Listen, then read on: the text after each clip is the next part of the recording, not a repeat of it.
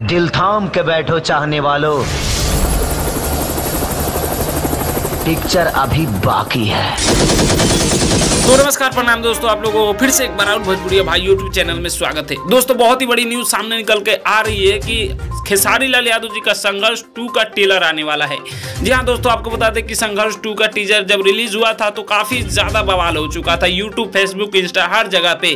दोस्तों आपको बता दें कि खेसारी लाल यादव जी का ये फिल्म मतलब भोजपुरी इंडस्ट्री को बदल के रख देने वाली है। दोस्तों आपको बता दें जब से ये संघर्ष 2 का टीजर रिलीज किया गया है तभी से दर्शकों का उत्साह बढ़ गया है। जी हाँ दोस्तों, आपको बता दें कि उत्साह किस लिए बढ़ा है, क्योंकि भोजपुरी इंडस्ट्री में अभी तक ऐसा फिल्म कभी नहीं बना था जो कि आज खेसारी लाल यादव जी बना दिए हैं। जी हाँ दोस्तों, आपको बता दें कि खेसारी लाल यादव जी का ये संघर्ष 2 ट्रेलर जल्द ही आप सभी को बीच में देखने को मिलेगा।